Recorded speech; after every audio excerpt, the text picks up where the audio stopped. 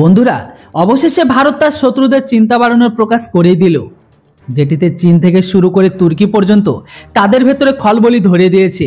এখানে প্রকাশ কিছুটা এরকম, যেখানে এটাই দেখা যাচ্ছে যে ভারতের গতিকে থামানো ভারতের শত্রুপক্ষের পক্ষে আর সম্ভব নয়।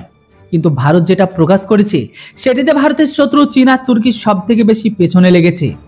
যেমনটা পিএম মোদি ক্ষমতায় আসার পরে তারপরে থেকে ভারত বিশ্বের অস্ত্র এক্সপোর্টের মার্কেটে বড় খেলোয়াড় হওয়ার চেষ্টা করছে।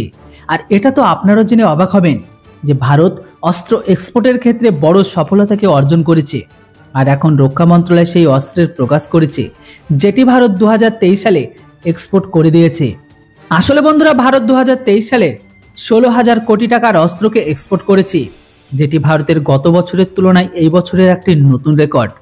এটা ছাড়াও ভারত সেই অস্ত্রকে প্রকাশ করেছে যেটিতে ভারতের শত্রুর চিন্তা অনেক গুণ বাড়িয়ে দেয়।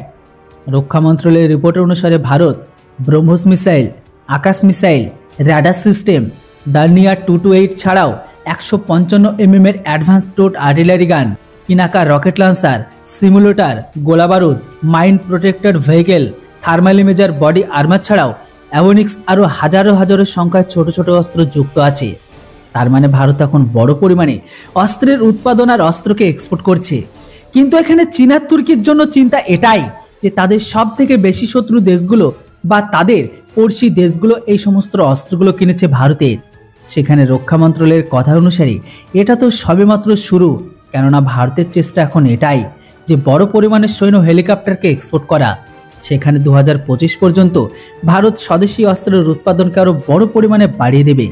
তারপর এবার ভারতের অস্ত্র এক্সপোর্টের লক্ষ্য থাকবে $5 আরব। কিন্তু 10 বছরেরও কম সময়ে ভারত এমন উপলব্ধি ভারতের শত্রুদের ঘুমকে কেড়ে নিয়েছে। এটা এখন এই কারণেই সবকিছু সম্ভব হচ্ছে, কারণ মোদী সরকারের স্বদেশি অস্ত্রকে বৈশ্বিক অস্ত্র বানানোর জন্য সম্পূর্ণ প্রেসারকে বানিয়ে দিয়েছে।